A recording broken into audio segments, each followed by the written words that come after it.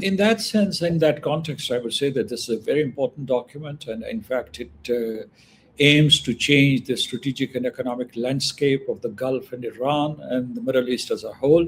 And this is what is roiling and angering the Israelis, because they were not part of this negotiating process. And if all these things, all these steps that you have mentioned, if they are taken, uh, Iran would become a very big power in its own right in the Middle East. I mean, it has now the consent of the United States to sell uh, oil, export oil, and there's no restriction on it to use the international waters. So this would, of course, increase its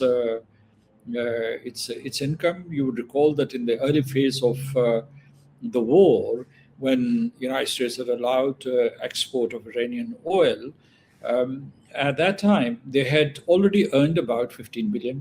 So if this relief has been given to Iran, and also if the regional allies of the United States, like Qatar and UAE and Saudi Arabia and other Gulf nations, and also Malaysia, Singapore, or Japan and South Korea, if they contribute to this investment fund, or it's also called the Reconstruction Development Fund, then they would become interdependent and their animosities would disappear.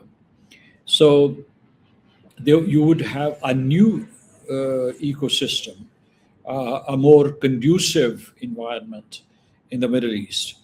So I think this is what is worrying the Israelis. And they were complaining, I mean, towards the end of this entire process, they were complaining that they were not even taken into confidence, and the final document was not shared with them.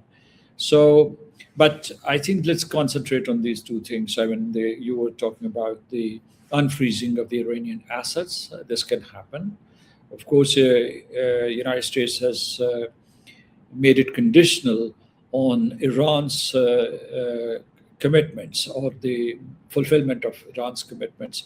And this second is this, we've already talked about the Reconstruction and Development Fund, and I think this is going to change the Middle Eastern landscape.